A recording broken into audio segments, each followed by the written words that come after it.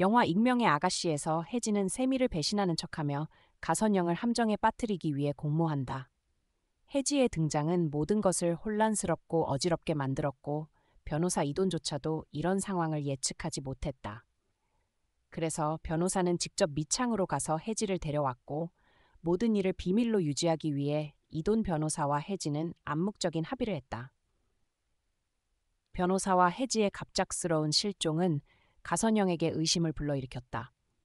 그녀는 사람을 시켜 혜지를 납치하고 돈으로 혜지를 매수하려 했다. 가선영의 예상대로 혜지는 돈 냄새를 맡자 세미를 배신하고 정보를 제공했다. 가선영은 이번에 세미를 잡을 수 있을 거라 생각했지만 모든 것이 세미의 계획이었다. 세미는 모든 상황을 미리 예측하고 혜지와 함께 가선영을 함정에 빠뜨릴 계획을 세웠다. 사건의 전개는 오늘 영상에서 공개하겠다. 집사, 두 사람이 지금 뭐 하는 거지? 왜 나를 붙잡는 거야? 회장님 집에 침입한 것도 이미 불법인데 너희가 나를 납치하면 감옥에 갈 거야. 그러자 집사가 말했다. 혜지, 우리는 서로 아는 사이잖아. 어떻게 이걸 납치라고 할 수 있겠어? 우리는 단지 너와 한 가지를 협상하고 싶을 뿐이야. 혜지가 말했다. 그게 뭔데? 혜지가 말을 마치자마자 가선영이 나타났다. 그녀는 집사에게 밖으로 나가라고 손짓했다. 가선영과 혜지 단둘이 남게 되자 가선영이 말했다. 너 방금 어디서 온 거지? 들리는 말로는 너와 내 계모의 관계가 아주 좋다고 하던데 그녀가 지금 어디 있는지 아는 거지? 혜지가 걱정스러운 표정으로 말했다. 무슨 말씀을 하시는 건지 모르겠어요. 저는 그냥 변호사님께 휴가를 받아 고향에 다녀온 것뿐이에요. 가선영이 말했다. 그렇다면 이돈 변호사가 이 일의 배후에 있는 거로군? 너는 이돈 변호사가 해고할까봐 두려운 거지. 하지만 걱정 마. 내가 너를 배신하지 않을 테니까. 내 어머니의 거처를 말해준다면 이 10억 원짜리 카드는 너 거야. 가선영은 말하면서 검은색 카드를 꺼냈다. 혜지는 카드를 보자 눈이 반짝였지만 여전히 모르는 척하며 말했다. 정말로 아무것도 모릅니다. 그저 그날 고향에 갔다가 우연히 부인과 아주 닮은 사람을 발견했는데 놀랍게도 그게 정말 부인이었어요. 가선영은 이를 듣고 말했다. 그렇군, 그년이. 아니 내 계모 말이야. 내 고향에 있는 거지? 내 고향이 미창마을 맞지? 혜지는 카드를 받아들며 미소를 지으며 말했다. 네, 맞아요. 제가 아는 건 그게 전부예요. 제발 이돈 변호사님께 말하지 말아주세요. 저 이만 가볼게요. 혜지는 말하고 도망쳤다. 가선영은 비웃으며 말했다. 그년 거기에 숨어 있었군. 네가 도망칠 수 있을 줄 알았어? 너의 최후가 다가왔어. 2년? 미창의 고요한 시골 마을에 갑자기 깡패 무리가 나타났다. 그들은 가는 곳마다 부수고 다니며 사람들을 공포에 떨게 했다. 가선영은 교장실로 쳐들어가 교장을 위협했다. 들리는 말로는 당신이 이돈 변호사의 누나라던데? 그렇다면 당신이 그년을 도왔군. 그년이 어디 있지? 당장 끌고 와. 교장은 떨면서 말했다. 당신 누구야? 무슨 소리를 하는 건지 모르겠어. 가선영은 교장의 머리를 잡아 책상에 내리치며 말했다. 이 작은 미창 마을을 완전히 박살내고 싶지 않다면 빨리 말해. 그렇지 않으면 후회할 거야. 그년이 어디 있지? 교장은 울면서 말했다. 정말로 당신이 누굴 찾는지 모르겠어요. 여기엔 최근에 부세미 선생님만 새로 오셨을 뿐이에요. 다른 사람은 없어요. 가선영은 비웃으며 말했다. 부세미 선생이라? 정말 교묘하군. 그래서 내가 그년을 며칠 동안 쫓아도 찾지 못했어.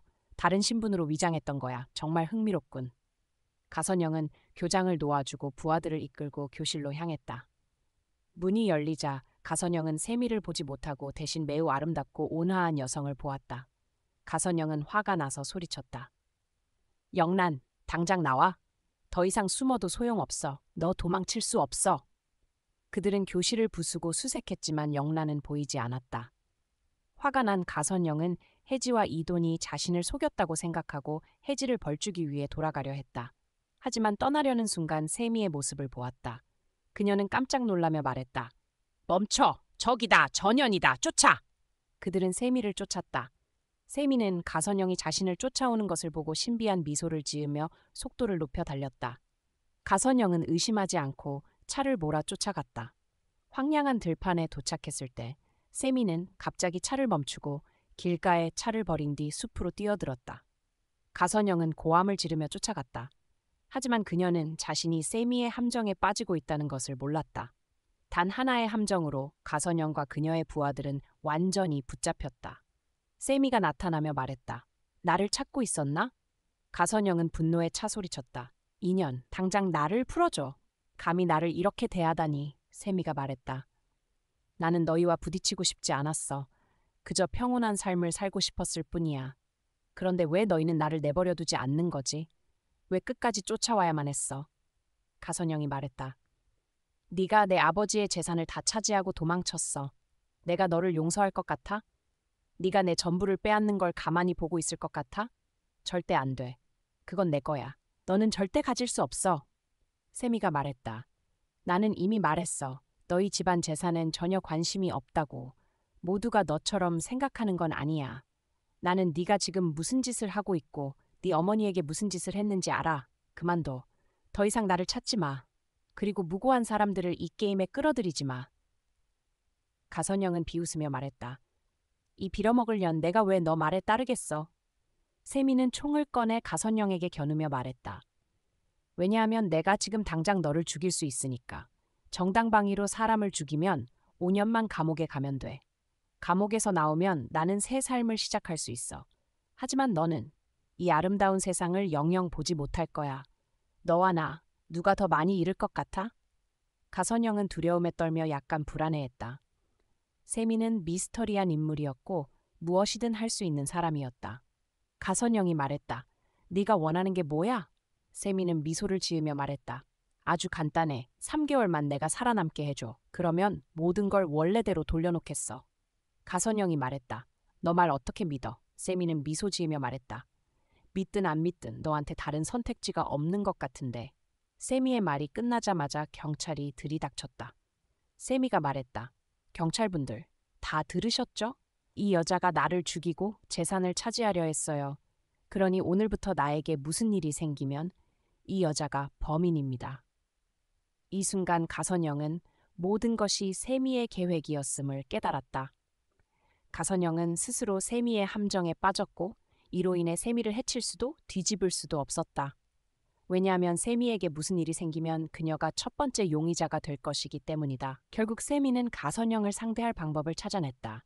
가선영과 그녀의 부하들이 떠나는 모습을 보며 세미는 안도의 미소를 지었다. 사실 혜지가 미창에 왔을 때 세미는 가선영이 결국 자신의 거처를 알아낼 것이라 예측했다.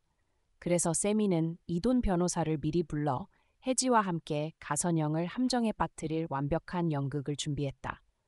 이에 따라 혜지는 세미를 배신하는 척하며 돈을 받고 가선영에게 괴롭힘을 당하지 않도록 했다.